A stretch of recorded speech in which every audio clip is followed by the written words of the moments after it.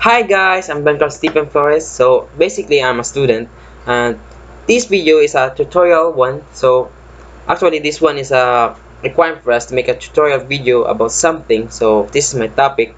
Um, I hope you guys will like this video and please leave a thumbs up later. Okay, bye. So there are three things that I'll introduce to you today. And these are the Task Manager's Performance tab, the Performance Monitor, and the Resource Monitor. So the first thing that I'll introduce to you today is the Task Manager's Performance tab. So the Performance tab is very helpful, especially if you want to monitor your computer's performance. But if you don't know how to open it, then follow my lead. If you have Windows 10, you can right click the taskbar and there you will quickly easily see the Task Manager. Click it and it will open the Task Manager. Now that we have opened the Task Manager, we can now see the Performance tab, which is here. We can now see some sections here, from CPU to Wi-Fi. Computers have more than one disk. It's because they have more than one partition. But for me, I have only one. So anyways guys, let's begin at the CPU.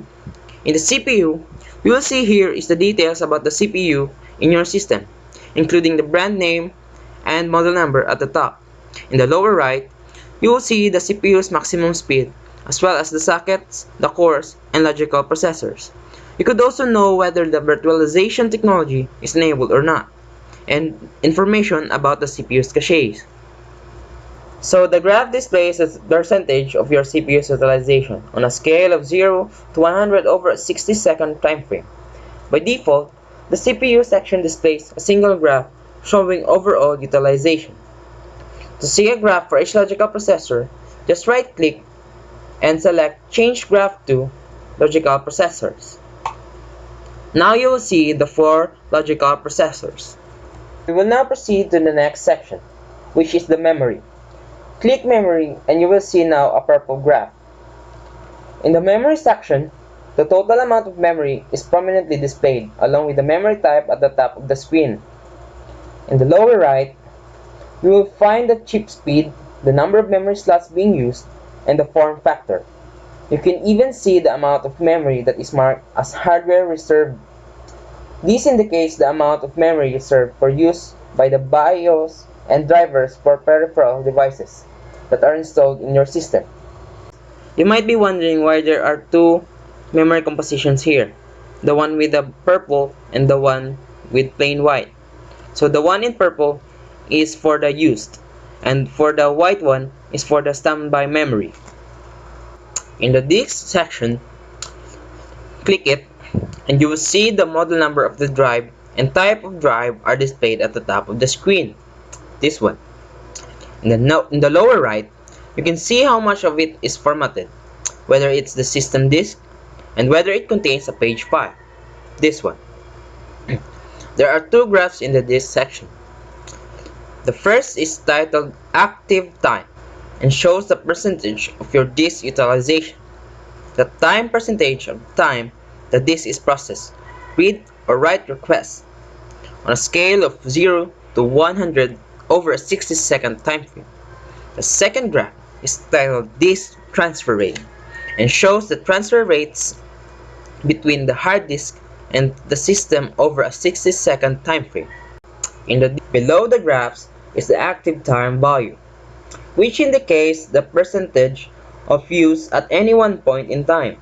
The average response time value indicates of the amount of time it takes the drive to actually transfer data to the system. Of course, the read and write speed values, this one, tells you how fast the disk is performing input and output operations. Section would be the Ethernet. For me, I don't have an internet connection because I just use a Wi-Fi. But anyways, in the Ethernet section, you will see the name of the network card displayed at the top of the screen. You'll also see the adapter name, the connection type, and both the IPv4 and IPv6 IP address. The graph shows the overall send and receive activity on a scale of 0 to 100 kbps over a 60-second time frame, while the send and receive values below the graph shows the type of activity at any one point in time. After the Ethernet section, next is the Wi-Fi. It will show you the name of the wireless card at the top of the screen. This one. You'll also find the adapter name, the SSID, the connection type, both the IPv4 and IPv6 addresses, and the signal strength. If you right-click anywhere in the Internet or Wi-Fi section and select View Network Details, you'll see a second window full of detailed information. This one. As you can see, you can differentiate Ethernet and Wi-Fi connections. So that's it for the Task Manager's Performance tab. I will now proceed to the second thing that I introduced to you today. So, for the second thing that I introduced to you is the Performance Monitor. We will now proceed to the Performance Monitor, which is found in the Computer Management. If you don't know how to open the Computer Management, if you have Windows 10, you can quickly access it by right-clicking the Start button and click Computer Management. You can see under the System tool are different types of settings. This one. So, now click the arrow before the Performance. It will drag down different types of tools or sets. Click the arrow again before the monitoring tools. It will show you the Performance Monitor. Click it and you will see something like this. So, the Performance Monitor provides a visual display of built-in Windows performance counters, either in real time or as a way to review historical data. You can add performance counters to Performance Monitor by dragging and dropping or by creating custom data collector sets. You can add some counters, like for example like this. If you want from the process, you can add like the process time, this one, then click add, then press OK. Then it will show you the counter for the processor time in a scale of 1 second. Then you can quickly remove it by delete key or press this one, the X. Now it will be clean. So the Performance Monitor isn't only limited to one counter. We can actually add more than one. Let's say for instance, let's add again the processor time, because I like to see that one. Process elapsed time, maybe let's add that one, and let's add one more for a third counter. Let's say I want from the memory available megabytes. Let's use this one.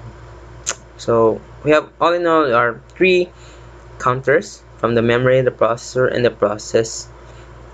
So let's click OK, and this time we will now see different colors of line graphs. This is because of the 3 counters that we add, from the available megabytes, elapsed time, and the processor time. If for instance you don't want to see it like this, you can actually change it to a histogram bar, and you will see it like this one. There is no green because it is actually 0. So there's another one, which is the report. So it gives a clear report of from the memory, the process, and the processor. Then let's go back to line. So that's it, guys. That's for the Performance Monitor. So guys, this time I'll introduce you the third thing, which is the Resource Monitor. If you don't know how to access it, we can actually do it by right-clicking the taskbar, click the Task Manager, and under the Performance, in the bottom, you can actually see a link or a link to the Open Resource Monitor. Click it and it will open the Resource Monitor. This is how the resource monitor looks like. It just actually looks like similar to the task manager. But let's compare the two. This one. See if you can see here. Wait a second. See this one. And see here. So in default, the CPU of the task manager's performance tab under the CPU should be looking like this. See the similarity of the two? This one is actually the 4 logical processors. If you can see here, let's view, this one, change graph to logical processors. See, these are the 4 logical processors used by my computer. It's just that the resource monitor is more detailed and more accurate. See? It's actually giving the details of what are the things that are using, or what are the things that comprises the use of the laptop or my computer. So that's it. Bye. Hi guys, thanks for watching. Please leave the thumbs up, okay? Bye.